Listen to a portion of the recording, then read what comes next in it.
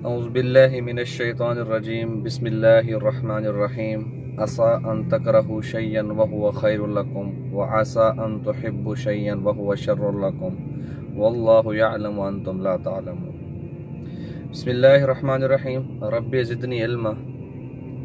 السلام علیکم ورحمۃ اللہ وبرکاتہ۔ امید ہے میرے سب دوست سننے والے خیریت سے ہوں گے۔ اللہ پاک آپ سب کو جزائے خیر دے۔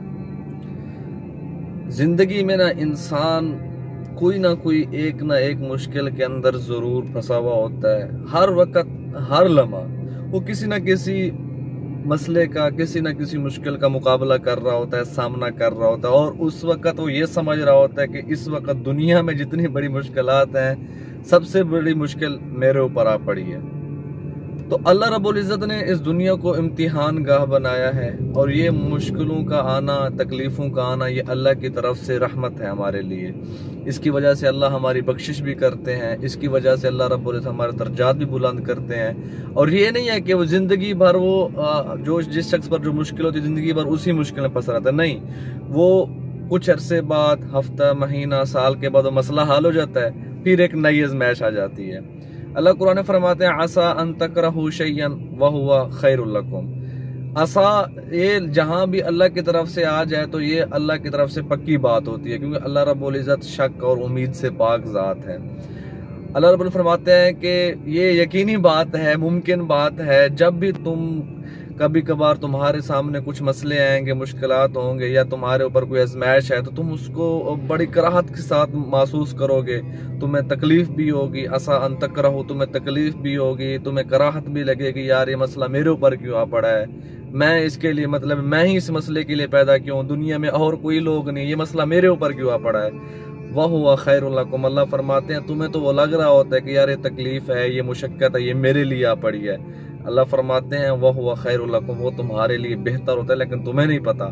عَسَىٰ أَن تُحِبُّوا شَيْئًا، اور ایک شخص پسند کر رہا ہوتا ہے یار میرے پاس بڑی گاڑی ہو، میرے بڑا بزنس ہو، یا میں کوئی چیز بھی پسند کرتا ہے انسان، یا میری لو میرج ہو جائے، نوجوانوں کے لیے لو میرج ہو جائے، لیکن اللہ رب العزت اس لو کو یا اس بزنس کو یا اس گاڑی کو آپ سے دور رکھتے ہیں، آپ کے قریب نہیں آنے دیتے۔ تو وَهُوَ شَرٌّ لَكُمْ، اب ہم تو انسان ہیں، ہمیں کیا پتا کہ وہ لڑکی سے پیار کرتا ہوں، کیا وہ میرے لیے بہتر ہے، یا جس بزنس میں انویسٹ کر رہا ہوں کیا وہ میرے لیے بہتر ہے، جس گاڑی کو میں پسند کرتا ہوں اسے میں خرید لوں، ہو سکتا ہے اسی گاڑی میں ایکسیڈنٹ ہو جائے۔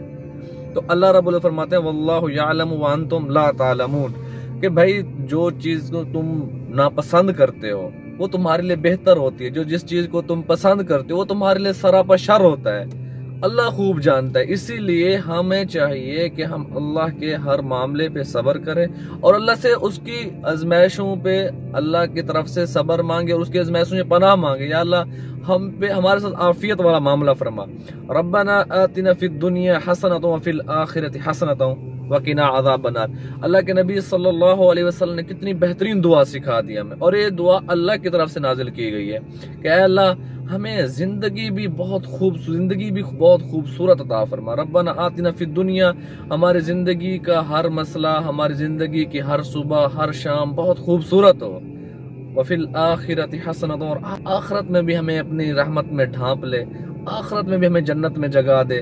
وقنا عذاب النار، اور جہنم کے عذاب سے ہمیں پناہ دے۔